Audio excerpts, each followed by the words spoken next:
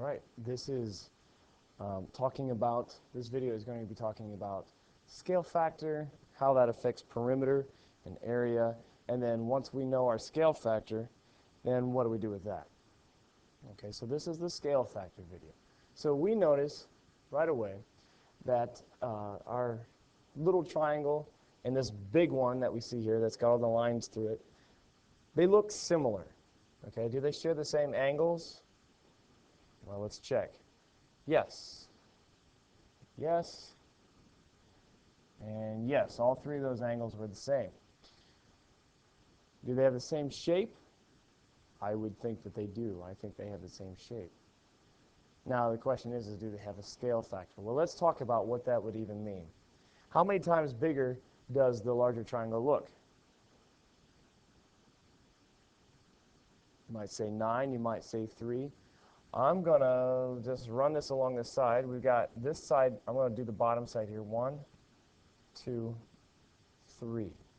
Okay, so far I'm thinking that side is 3 times bigger than the original bottom. 1, 2, 3, and 1, 2, 3. Okay, so the number that keeps coming up is 3. It looks like this triangle might be 3 times bigger.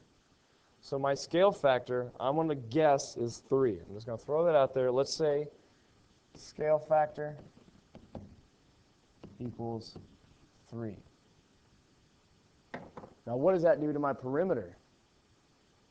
Well, let's find out. If this short side on the small triangle is 1, then that means that this is a 1, this is a 1, and this is a 1. This side here is also 1, 1, 1, 1. And in green, the hypotenuse, the angled side, is 1.5, so this is a 1.5, 1.5, and also another 1.5. So the original perimeter of my little triangle is 1, 2, 3.5. 3.5 units, whatever that is. Okay? Well, let's find out what this one is. We've got 1, 2, 3, 4, 5, 6, 7.5, 9, 10.5. Is that 3 times bigger than the 3.5?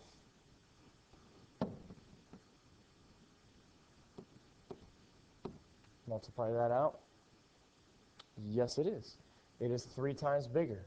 So I'm going to say that our scale factor is 3 because this little triangle here is 3 times smaller than this big guy, or the big guy is 3 times bigger. So my scale factor from here to here is 3. Well, what if I started with the big one and said that this was my original and the little one was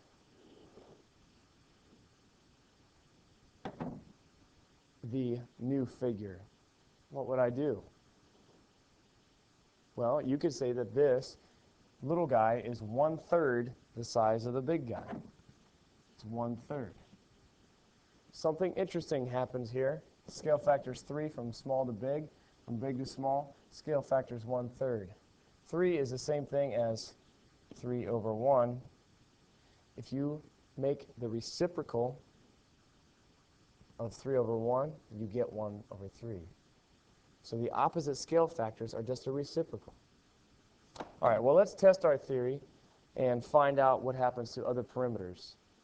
Let's go on to this next slide here. All right, so I've got this red parallelogram here, and is it similar to this other larger parallelogram? And what's the scale factor? Well, it looks to me like this guy is going to be 2 times bigger. Yeah, it's 2 times bigger. So the smaller parallelogram multiplied times 2 gives me my new larger parallelogram, which is 2 times bigger. And you say, well, why isn't it 4 times bigger? Well, let's go back. 3 times bigger affects the perimeter. So we have perimeter right here.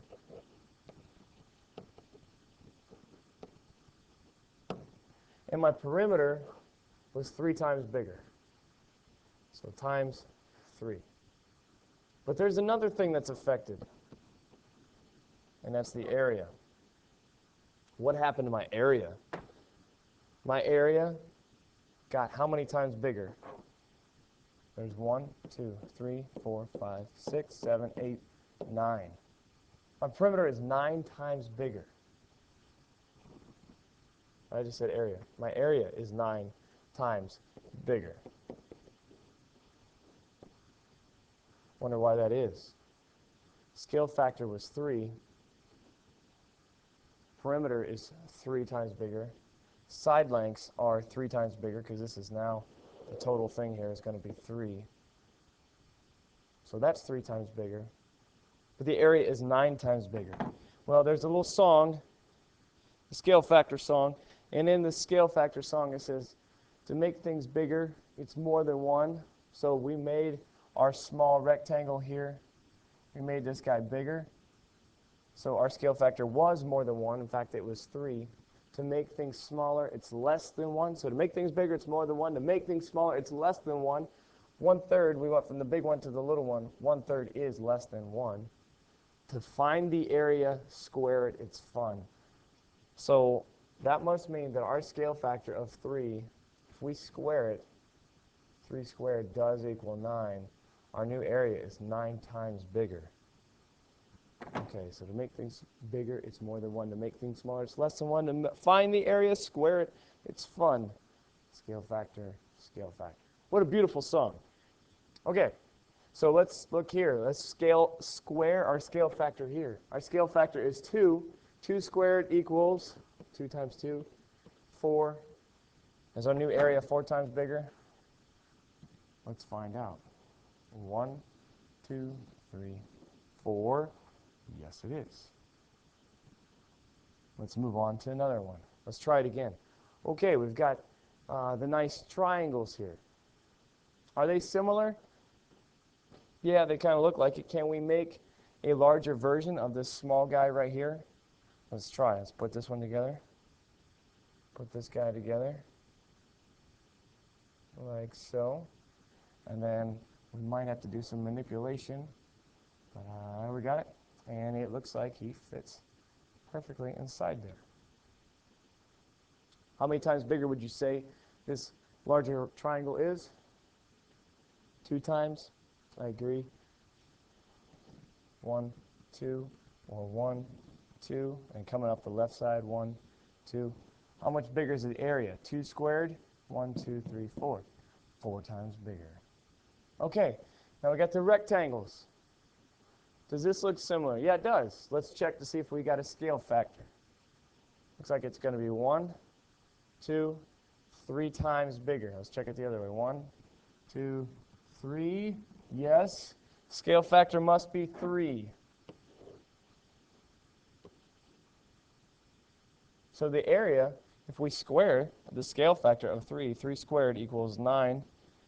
Is our new area 9 times bigger? Count it out. Yes, it is. Now if we went from the small one. This guy is 1/3 the size of the large one. Does it take 3 of these to fill it? Yeah, it does. So he is 1/3 the size. So follow the arrows, the directional arrows. All right, again, another figure. Is this a reptile? Yeah. Scale factor is 2, area is 4 times greater. Or scale factor is half, and the area is 1/4. Let's talk about that for a sec. My scale factor is half from here to here. What is half squared? Well, it's half times a half from 1. 1 times 1 equals 1. 2 times 2 equals 4. Is this area 1/4 the size of this area? Yeah, it is. It takes 4 of them to fill it. Okay, the reason why this works,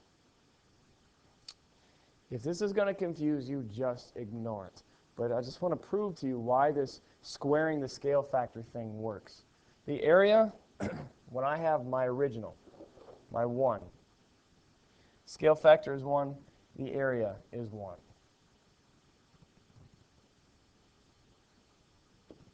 Okay? Now I'm going to move to a scale factor of 2, and that adds how many blocks? It adds 3 blocks. So it adds 3, and it gives me a total of 4. So far, if I square 2, 2 squared equals 4.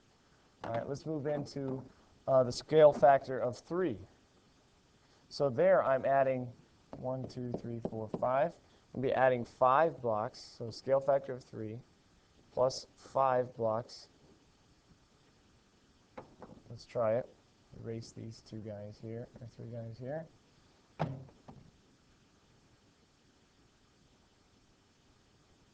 Yep. 1, 2, 3, 4, 5, 6, 7, 8, 9. There's 9 there total. 3 squared equals 9. Let's move on into the next one. Let me do this real quick. Just move it down a little bit and over. Okay, scale factor of 4. Well, I'm adding 1, 2, 3, 4, 5, 6, 7 blocks to it, so I should be adding 7. Let's come over here and do some funky math. So we're coming over to a scale factor of 4, from 3 to 4. We're adding 7. We counted up. 5 plus, or 9 plus 7 equals, yeah, 16. There it is, 4 squared equals 16, 4 times 4. Okay, beautiful thing. So there's the proof. If that doesn't make any sense to you, don't worry, it's okay. So triangles, we kind of looked at some triangles. Do they do the same thing? Yes, they do. We got some triangles that are isosceles here, just like this one. Rotate this guy right here in the middle, this one here. Flip it upside down, we got a nice reptile. Scale factor is 2, area is 4. Here's another example of an equilateral. Scale factor 3, area is 9 times bigger.